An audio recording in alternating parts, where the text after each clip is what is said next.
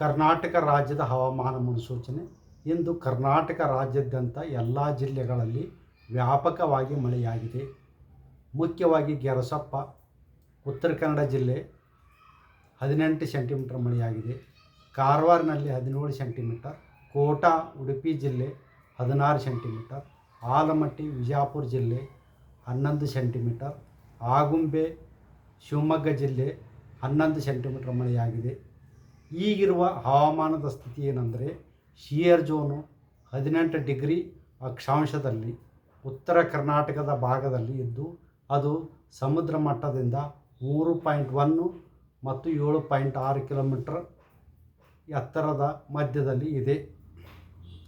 ಇದರ ಪ್ರಭಾವದಿಂದ ಕರಾವಳಿಯಲ್ಲಿ ಹಾಗೂ ಉತ್ತರ ಒಳನಾಡಿನಲ್ಲಿ ದಿನಾಂಕ 9ರಿಂದ 12ರವರೆಗೆ ವ್ಯಾಪಕವಾಗಿ ಮಳೆಯಾಗುವ ಹೆಚ್ಚಿನ ಸಾಧ್ಯತೆ ಇದೆ.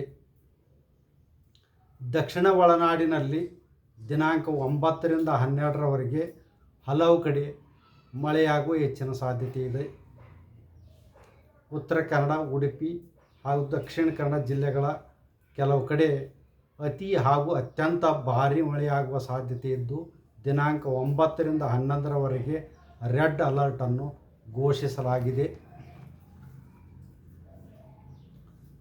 ಬೆಳಗಾವಿ, ಧಾರವಾಡ, ಹಾವೇರಿ, ಗದಗ, ಶಿವಮೊಗ್ಗ, ಚಿಕ್ಕಮಗಳೂರು, ಹಾಸನ ಹಾಗೂ ಕೊಡಗು ಜಿಲ್ಲೆಗಳ ಕೆಲವು ಕಡೆ ಅತಿ ಭಾರೀ ಮಳೆಯಾಗುವ ಸಾಧ್ಯತೆ ಇದ್ದು, ದಿನಾಂಕ 9ರಿಂದ 11ರವರೆಗೆ ಆರೆಂಜ್ ಅಲರ್ಟನ್ನು ಘೋಷಿಸಲಾಗಿದೆ.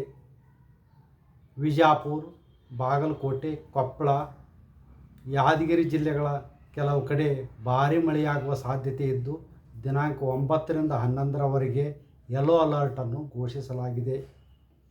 ಮಳೆಯ ಜೊತೆಗೆ ಕೆಲವೊಮ್ಮೆ ಬಿರುಗಾಳಿಯೂ ಬೀಸಲಿದ್ದು, ಅದು ಪ್ರತಿ ಗಂಟೆಗೆ 40ರಿಂದ 50 ಕಿಲೋಮೀಟರ್ ಇರುವ ಹೆಚ್ಚಿನ ಸಾಧ್ಯತೆ ಇದೆ.